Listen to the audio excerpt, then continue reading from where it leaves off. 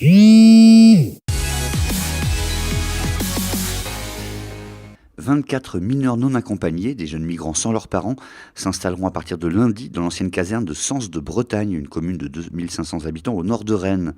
Ils y seront encadrés 24 heures sur 24 par 4 salariés de l'armée du salut. Ils devraient y rester quelques mois avant de choisir une formation ou un métier. L'Ille-et-Vilaine comptera d'ici 2 semaines 3 centres de ce type, dont un à Rennes et 2 dans des communes rurales. Cette fois, c'est parti, les premiers panneaux routiers bilingues sur les nationales seront posés à partir du 4 juillet. C'est le secteur de Melvin qui sera le premier servi. Le reste de la mise en place se fera au rythme du remplacement des panneaux actuels vieillissants. Déjà présent sur les axes secondaires, le bilinguisme sur les nationales avait été obtenu le 19 avril dernier par un accord entre l'État, la région et l'Office public de la langue bretonne. La foire Saint-Michel de Brest est de retour. Après 2 années de sévère repli, la Saint-Mich reprendra une forme classique cette année, avec d'abord une braderie des commerçants, puis 2 jours de déballage, une fête foraine, etc.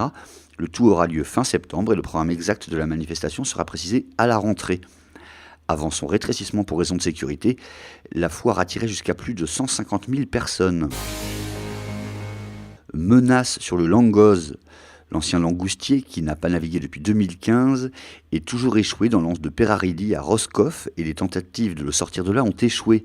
Les autorités maritimes ont fixé à fin juillet la date limite pour l'enlever, faute de quoi il devra être démantelé. Enfin, c'est un phoque voyageur qui a été remis à l'eau par Océanopolis le 15 juin dernier. En 10 jours, il a déjà parcouru plus de 1000 km selon les données transmises par le centre Brest 3. En début de semaine, il était en Irlande, direction le Grand Nord, son habitat naturel. Le phoque annelé avait été recueilli très affaibli dans le bassin d'Arcachon début avril et remis en forme pendant 2 mois à Brest, mission manifestement accomplie.